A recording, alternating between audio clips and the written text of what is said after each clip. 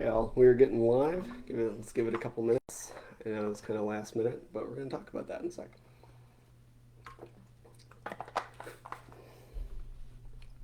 All right, getting going. Hitting the right buttons. Hit a drink of water. Okay, I think we're probably good to go, especially considering it's the middle of the day on a Wednesday, and I doubt anybody's going to be here live. So, for those of you rewatching, we are live. Let's get into it.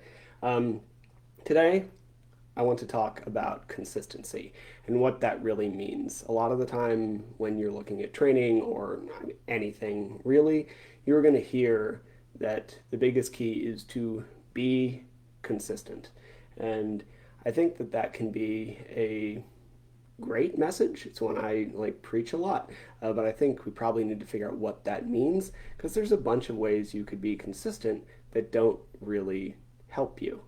You know what I mean? Like, let's say first we need to be doing the right stuff. So if we're going to be consistent in a way that leads to our goals, then you need to be consistent with the right things.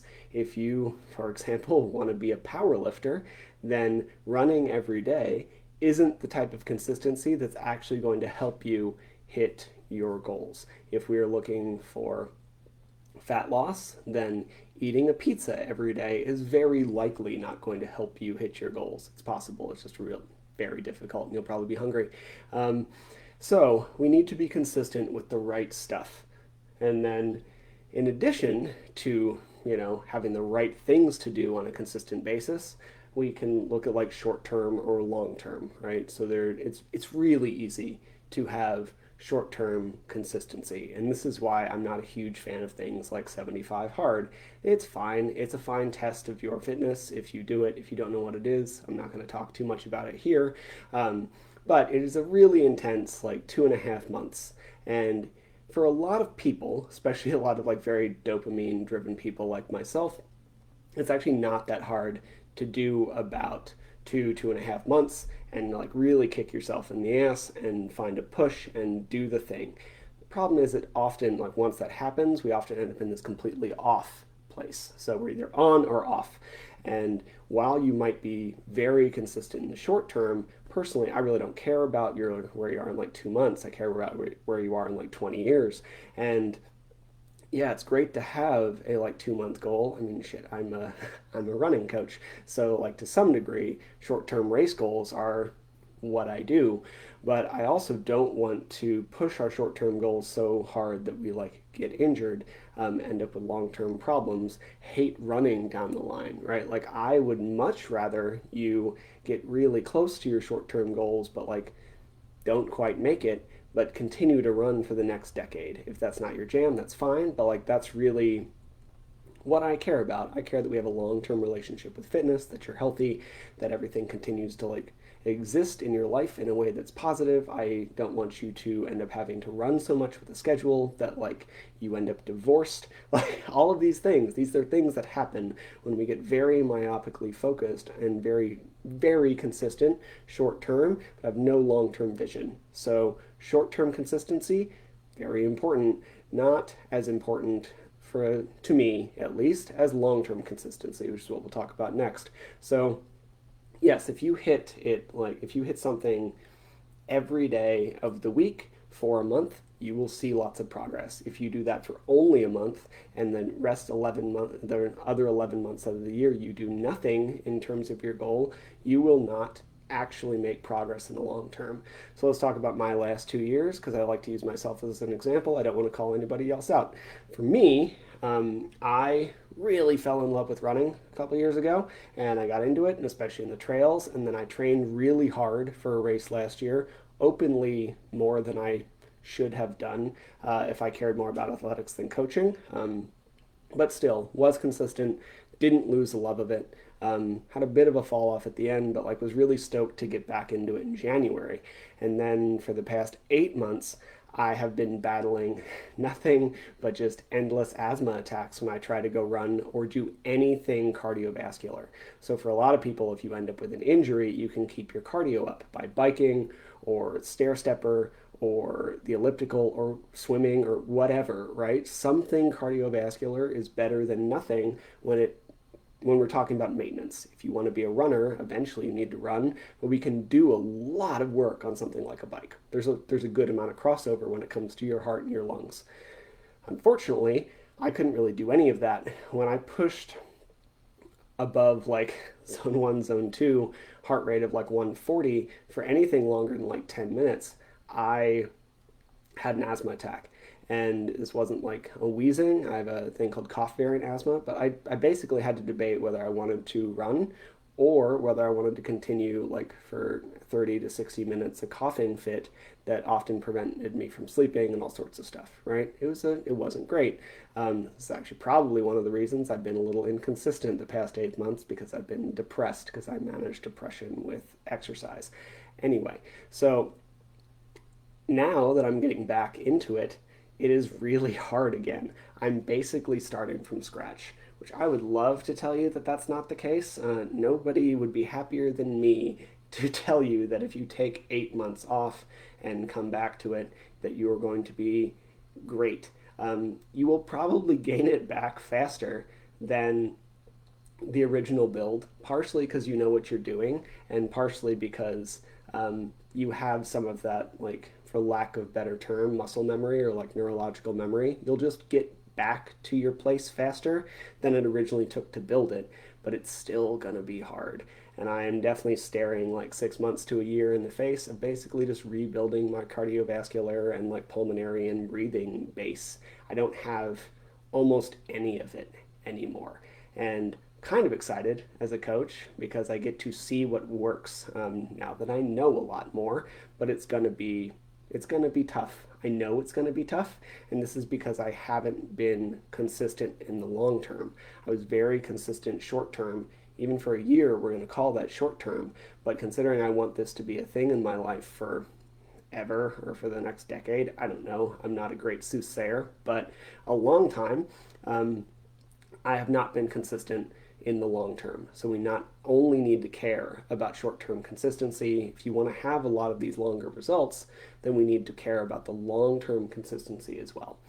Now, once we have kind of those frameworks in mind, we need to be doing stuff often enough and enough total. So if we look at something like running more often seems to be better than running less often. And this is true for most things. So a mile a day is probably going to make you a better runner than 10 miles every Sunday. And this might not be true for certain people, but for most people, especially since like running is a skill, most exercise things are a skill, like squatting, mobility, all of this stuff. Even our daily interactions, like let's call it protein intake, right? Like I'm going to not get super preachy here about diet, but your protein intake matters. You can't eat all of your protein on a Sunday and then the rest of your week just eat bread. Like we need to have a consistent intake to help your muscles repair. So this frequency thing really matters. A little bit every day or almost every day is more beneficial, helpful, whatever, than the same amount or even a little more on a Sunday. And I just dropped a couple videos in the Facebook group, this group, about mobility and ankle mobility. It's a thing I've been challenged with for a very long time. And now I just do a little bit of work, like a minute on both sides every day, and my mobility is up. It's not boring. It's not interesting. It's very boring, but that's what works. So if we are consistent and do our thing often enough, we will see progress. And then we do need to have that enough like overall volume as well. And if you were doing stuff frequently, that overall volume drops a little bit, can be quite a bit depending on you and your physiology and history, etc. But again, if we do 10 to 15 miles on a Sunday or an hour's worth of mobility work on a Sunday, that is not going to be as effective as like 1 or 2 miles every day, or even a couple minutes of mobility work every day. So yes, your total volume matters. I wouldn't recommend trying to run a 100-miler on a 30-mile week. I just don't think that's a great idea.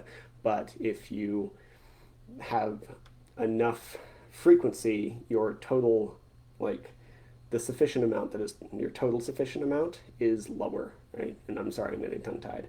Now, what is like, what are things that we need to, what do we need to know? What do we need to do to make this work? First, you need to know what to do, right? We need to do the right stuff.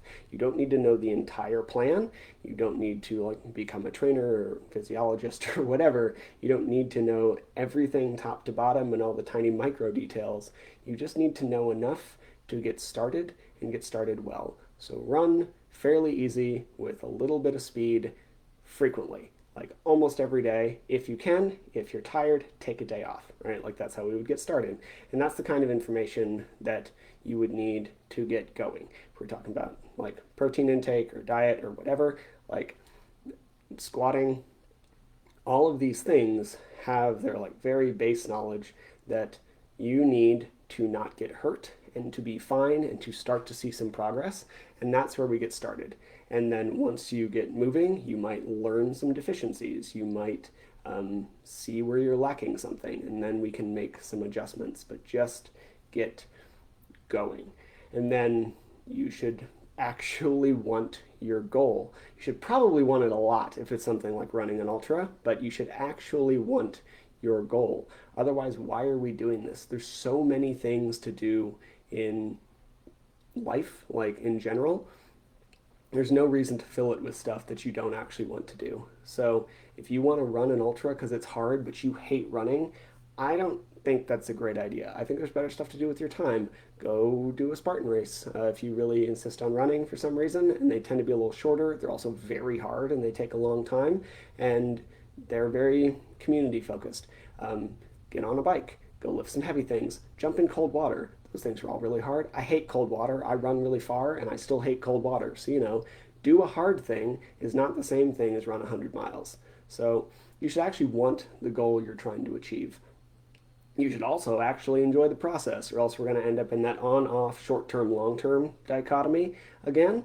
So you should probably want it even more than a lot. If you want your goal a lot, you should probably like the process even more than that, because the process is what's going to really matter. I like this phrase I heard from Tim Ferriss. I'm going to quote him again later. That feels really weird. That try and pick a goal that you would try and pick a goal that is worth pursuing even if you failed, right? Like there's this thought that you'll often hear of what if you succeeded, or what if you could succeed, or aim high, right? And I think that is a great notion, but we could also say like pick a goal that's worth pursuing even if you knew you were going to fail, because that is going to lead you to something that you definitely want to do, that is going to fill your days with something positive that will make you grow, right? So this is a thing that, like, from, let's use a weightlifting term, right? Like I know I'm never going to get a 500-pound squat. I don't want to put the work in, whatever. But if I were to pursue that goal, I would get stronger legs. I'd be stable like we do this. And if I did it in a healthy way, I wouldn't ruin my tendons. I'm not even close to that, right? But like that's a goal that I know I'm going to fail, but if I keep working towards it, the process is worthwhile. So this is the kind of idea where try and pursue something that even if you knew you were going to fail, would still be worth doing. And that will help you pick something that will actually help you enjoy the process. Now, a little more practical stuff, it actually has to fit into your life. Like there's only 24 hours. I guarantee that for almost anybody watching or listening to this, like there's other stuff in your life that's more important than running. Like most of us are not the 18-year-old Kilian Jornet, where like literally that's all he did. It's all he wanted to do. It's all he cared about. He had no friends. Like he just did school and running, and that was it. And he only did school, so he could keep running. That is not most of us. Like most of us have kids or a family or a dog like I have in the other room, or a job I really like, or hopefully you like your job, like, or at the very least you need to like it enough to keep doing it so you don't get fired and you can pay your rent or mortgage. Like we all have priorities that often come above our activity, and that is okay. And I hate when people try to like guilt you into reprioritizing things that, aren't actually that big of a priority in the grand scheme of things. Food, shelter, water, air, like these are things we need. Whereas running, like it's great and I really love it and I hope you do too. And I really think you can fit it into your life. It's a priority. Most of us spend way too much time on like social media and these like phone gizmos, myself included, and we could not do that for half an hour a day and instead run, and that would allow running to fit into your life. But that said, like most of us don't do that collectively for long periods of time. Like I don't personally sit on my phone for 2 hours. It's a collective multiple hours throughout the day, but I can dip it and like go do 15 minutes. We can restructure whatever works for you, but it needs to fit into your life because I know you have other priorities outside of your running activity. And one way to look at this, and this is the other thing I learned from Tim, that I'm trying to just like I need to tattoo this on my forehead so that I see it every day. Because what would it look like if this were easy? Because if you do something a lot and you do it a lot in a way that doesn't lead to long-term problems, you will get better at it. Like life is just practice, and practice makes permanent. So if you keep practicing something and keep adjusting along the way, like test and iterate. If you keep testing and adjusting and testing and adjusting and just keep doing work on something that is you care about, you will get better at it. So think about what would this look like if this were easy. This is why you're going to start to see a lot more content from me because I'm just shouting that at myself every day. What would it look like if this were easy? Well, if I fit it into 5 minutes on a run or like hanging with my dog or a dog walk and I like buy a better set of headphones, then I will make a lot more stuff that can help people. If I try not to like wed myself to a single time every Tuesday to do a live like this, which is what, the people tell you should do because it builds consistency, then I might actually do 3 or 4 a week, which is just better. Because I can be more helpful, because I can provide more stuff. And this is the same with running. I don't have 2 hours on any day of the week right now except for Friday. Granted, I shouldn't be running for 2 hours straight anyway, but even if I were at that point in my training, that would be physically impossible for me to schedule. But I do have like 10 to 15 minutes scattered throughout my day, and that's how I have run every day for the past 5 days as I'm getting back into it. Not a smart idea if you don't have the like tendon and muscle strength to do that. Not my recommendation to start, but like 10 to 15 minutes every day I'm getting a run in because I'm just slotting it in where it fits. Switch the shirt out, go run, put on some deodorant again, re-put on the shirt, and we're good to go. And it has to fit. So like ask yourself, one, do I care about this thing? Two, do I care about the process? Three, do I know a step that I can take next that will be helpful? And then four, what would it look like if this were easy? That is how we're consistent. That is how we create consistency in a way that actually helps. Anyway, I'm going to go. I need to go take my dog for like a 20-minute walk and then get to my in-person job. I hope you have a really good rest of your Wednesday or whenever you're listening to this. And I'll be back more often now because I'm trying to make it easy. See ya.